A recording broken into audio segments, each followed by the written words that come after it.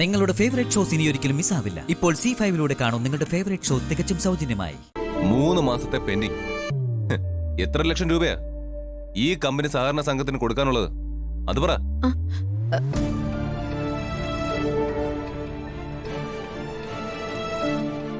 കുറച്ച് പെൻഡിങ് ഉണ്ട്.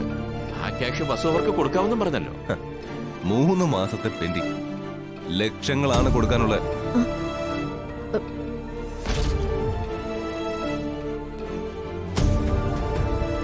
അവര് പലതവണ വോൺ ചെയ്തു, മറുപടിയില്ല.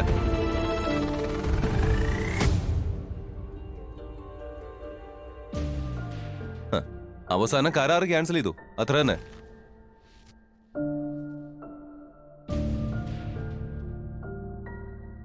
സത്യത്തിൽ ഇതൊന്നും അറിയാതെയാണ് ഞങ്ങൾ അവരുടെ കരാറിൽ ഒപ്പിട്ടത്.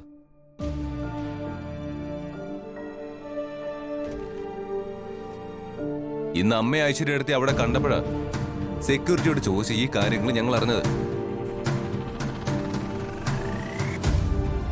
ഐശ്വര്യ, ഈ കേട്ടതെല്ലാം ശരിയാണ്. രൂപ കൊടുക്കാനുണ്ട്, അത് കൊടുക്കും. അതിനിടയ്ക്ക് നിങ്ങൾ ചതിച്ചു. എന്ത് ചതിച്ചു? മനഃപൂർവ്വം ഓരോ അബദ്ധങ്ങൾ കാണിച്ചിട്ട് മറ്റുള്ളവർ ചതിച്ചു വന്നു. വെറുതെ ഐശ്വര്യ കുറ്റം പറയണ്ട, ഇതെനിക്കും ബോധ്യമായതാ. അമ്മേ, ഐശ്വര്യ പറഞ്ഞത് അമ്മ അപ്പടി അങ്ങ് വിശ്വസിച്ചു. അല്ലാതെ അമ്മയ്ക്ക് ഇതിൽ നിന്ന് എന്താ മനസ്സിലായേ? ഇവരാ സഹകരണ സംഘത്തിൽ തന്നെ കൃത്യമായി എത്തി കരാർ ഒപ്പിട്ടതെന്താ? മനഃപൂർവ്വം ചതിക്കാനല്ലേ?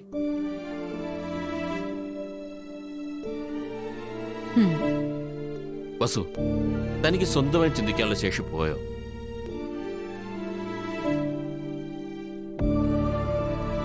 ഈ ഐശ്വര്യ പറയുന്ന ഓരോന്നും കേട്ട് താനും വല്ലാത്തൊരവസ്ഥയിലേക്കാ പോകുന്നത്. കഷ്ടമുണ്ട് കേട്ടോ. അല്ലെങ്കിലും ഒടുവിൽ ഞാനാ എല്ലാത്തിനും തെറ്റുകാരി.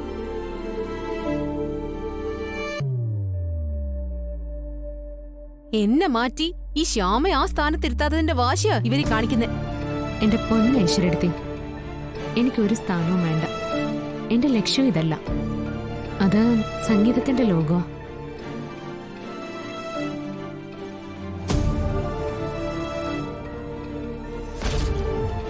ദൈവത്തിന്റെ അനുഗ്രഹം കൊണ്ടും അഖിൽ സാറിന്റെ പ്രോത്സാഹനം കൊണ്ടും ഞാൻ കുറേശ്ശെ അവിടേക്ക് എത്തുന്നുണ്ട്.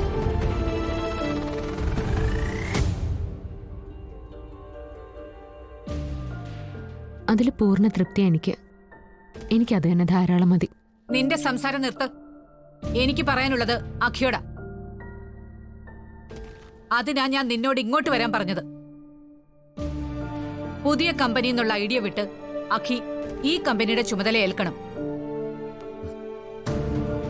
അത് പറ്റില്ലെന്ന് മുന്നേ ഞാൻ പറഞ്ഞു.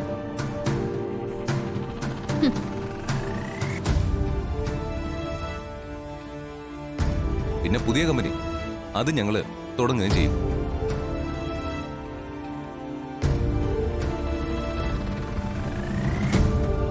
ശരിക്കും ഈ കമ്പനിയോട് മത്സരിച്ച് തന്നെ ഞങ്ങൾ മുന്നേറും, സംശയമില്ല.